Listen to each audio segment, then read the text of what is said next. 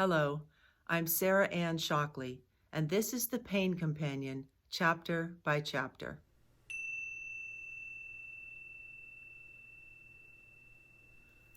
Chapter 11, Invisibility and Silence. Some injuries and illnesses are obvious, visible, and easily recognizable. Pain, however, remains unseen except as it affects the way someone holds their body, their demeanor, or their outward expressions. As with love, hatred, caring, or jealousy, we might see evidence of its presence, but we cannot see the feeling itself. Those on the outside cannot weigh it or measure it or truly prove or disprove its presence. Pain, its level and sensation, is a uniquely private experience. Because our pain is so much a part of what shapes our current experience, and because it is invisible to others, a feeling of invisibility can migrate over to our sense of self, and we can begin to feel unseen as well. Furthermore, many of us do not want to burden others, nor do we want them to feel like they can't keep us company without hearing an endless litany of complaints or a catalog of our symptoms. For anyone who is in pain and who is considerate of the time, feelings, and concern of others, an awareness of how much we are asking of family, friends, and caretakers is always present.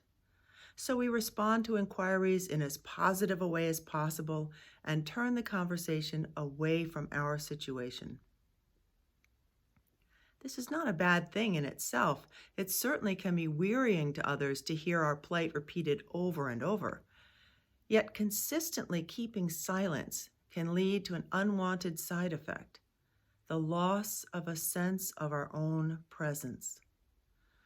Not only is our pain invisible, but we may feel at least partially invisible ourselves, since we simply aren't expressing and communicating the truth of our experience. Being from New England, I was raised on Stoicism.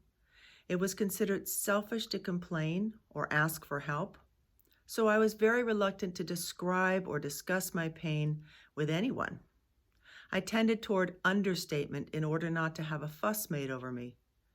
I think I was also unconsciously conforming to the lingering cultural and societal role of women as primarily nurturers and caretakers who are reluctant to ask for anything for themselves. This is also true for anyone taught not to draw attention to themselves or those who were punished or disapproved of for needing help. For example, many young men have been shamed or punished for showing feelings or pain or for not being tough enough. In addition, I worried that I was burdensome to others and disliked talking about how I was doing, since I could find nothing much good to report. I didn't want to be a negative person, and I didn't want people to feel bad for me. I also didn't want to have to explain myself constantly, so I avoided talking about the pain I was in and pretended things were better than they really were. All of this led to a reluctance to speak about what was really going on for me, a kind of silencing of the self. I expressed a very small part of me outwardly, while the vaster me lived in deep silence within an impermeable bubble suffused with the noise of pain. This tendency towards silence kept me from fully and clearly delineating my symptoms at times when it would have been better to be very direct and clear about them. This felt like living in a surreal world, since others could see my body, but not my pain. I quickly began to see that most people are fairly uncomfortable with pain. I think that not only do they feel bad for the person who is suffering, but they also feel powerless to help. I would never ask anyone to heal me, but for many caring people, the presence of someone in pain seems to require them to at least try to heal, to fix, or advise. Furthermore, my continued pain seemed to point out the fact that they were unable to really help me, to mend what was wrong. It seemed to highlight their inability to make it all better. Antidotes to invisibility and silence. Share your feelings. While in pain, you will necessarily be silent about it a great deal of the time in order not to wear out, frighten, or worry others. However, when your silence leads to feelings of invisibility, unreality, or disconnection, it's important to find someone with whom you can safely share the true extent of your challenges and feelings. This takes a special person who can be comfortable with strong feelings. Ask a good friend or family member if they will just listen and not offer advice or try to make you feel differently for the time being. If a pain support group is available near you and you can get to it, that can be a safe outlet for feelings, since you know that people there will understand what you're going through. If you're a member of a church, temple, or other spiritual organization, talking with your minister, rabbi, or spiritual teacher can be another good option. Seek out a reliable professional. Talking about pain can be relieving, but it can also bring up other emotions that you haven't yet faced. I always hated talking about the extent of my symptoms and pain to various doctors because afterward I felt sad, discouraged, and somewhat depressed. I was going through my days carrying on as best I could, and I found it easier to try not to think about my life or feel the emotions that were right under the surface. I think we do this often in an effort to make it easier on ourselves and others.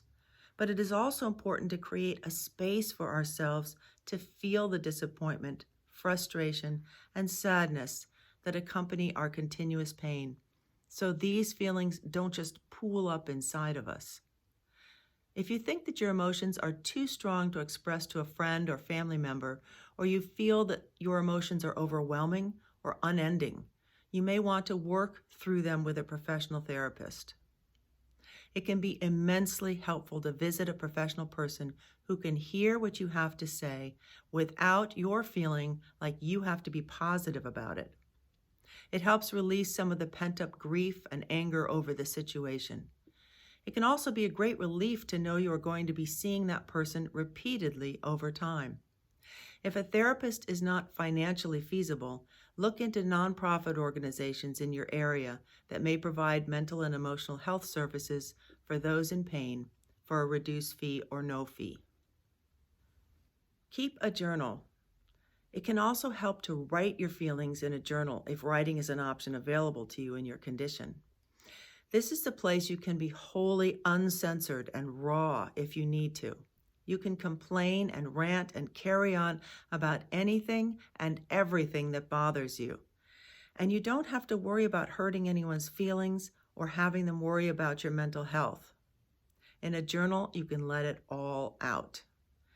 You can also do a lot of good thinking through writing, mulling over what you may be learning from this whole experience and what wisdom you can discover for your life and share with others. Talk to an animal. Animals are not to be underrated as agents of solace and healing. If you have a cat, dog, bird, guinea pig, or even a fish, use them as an extra ear. Animals can be very patient, especially when they are asleep. You may feel foolish at first, but it is amazingly helpful to unburden yourself of your unspeakable feelings, angers, blames, and shames to at least one living being who will not contradict, edit, or counsel, but will hear you out and love you all the same.